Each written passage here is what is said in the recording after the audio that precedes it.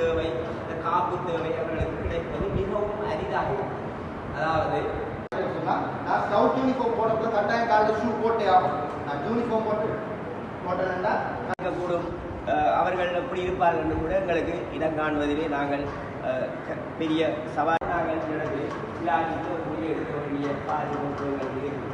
அடுத்தது பாடசாலை செல்லாத வேலையாவது. எனவே சில வேலைகளில் அவர்களுக்கு கிடைக்கக்கூடிய இந்த வெளியில் கிடைக்கக்கூடிய சுகங்கள், இந்த போதைப்பொருள் சம்பந்தமாக கிடைக்கக்கூடிய இந்த அபாயகர ஊடகங்கள் பிரிவை அடிப்படையாக வைத்துக் கொண்டு அவர் அதை சேஃப்கார்ட் பண்ணுறதுக்கு அவர்கள் வசதியாக இருக்கும்.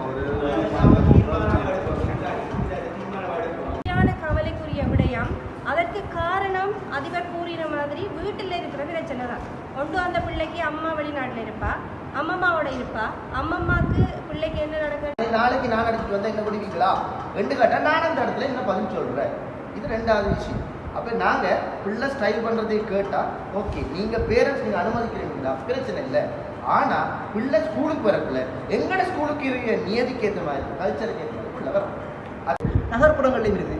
இதை விட நான் நேற்று எங்களோட நிர்வாக குழு கூட்டத்திலையும் சொல்லியிருந்த விஷயம் பன்மடங்கு இதை விட பிறகு தாய் பிரிந்து வேறொரு திருமணம், தந்தை பிரிந்து வேறொரு திருமணம். இன்னைக்கு சிறப்பான செயற்பாட்டை முன்னெடுத்திருக்கின்றார்கள். சந்தோஷமான விஷயம். இந்த செயற்பாட்டை முன்னெடுத்து இந்த பாடசாலை சமூகத்திலே நான் இந்த நேரத்தில் பாராட்டுகின்றேன். உண்மையில் பாடசாலை என்பது ஒரு சமூக நிறுவனம்.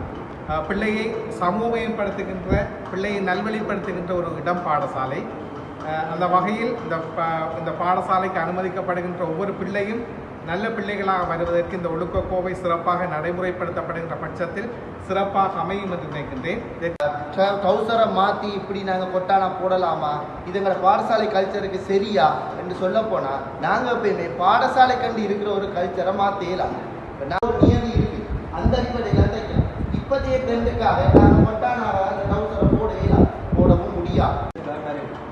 ஃபோன் வாங்கி கொடுக்குறதா இருந்தாலும் சரிதான், தலைமுடி வெட்ட அனுப்புறதா இருந்தாலும் சரிதான், உடுக்கொண்டு தச்சு கொடுக்குறதா இருந்தாலும் சரிதான், இந்த சேஷன விஷயமா இருந்தாலும் எல்லா விஷயங்களும் பேரண்ட்ஸுக்குள்ளால வாழ்ந்தாங்க. நீங்கள் கண்டிப்பாக பேரண்ட்ஸை தான் இதில் எடுத்துருக்க விஷயங்கள் கடமையாக இருக்கிற ரீதியில் பல்வேறு சவால்களை அல்லது பிரச்சனைகளை நாங்கள் சந்திக்கிறோம். சார் சொன்ன மாதிரி எங்கள்கிட்டையும் ஒரு பாடசாலையில் நடக்கக்கூடிய பிரதானமான உங்களுக்கு இருக்கிற சவால்னா போதைப்பொருள். என்னென்னா மற்ற பிரச்சனைகளை விட அவனையும் சமூகத்தை பாதிக்கிற பிரச்சனைகள் அவங்க முதலாவது எடுக்கும். சபை தான் லைசன்ஸ் கொடுக்கணும் ஒரு கடைக்கு.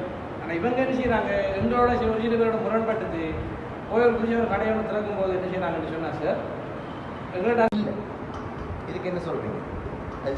நான் சொல்றேன் மாத்திரம் உங்களுக்கான அந்த பேர் வந்து கெட்டு போகும்.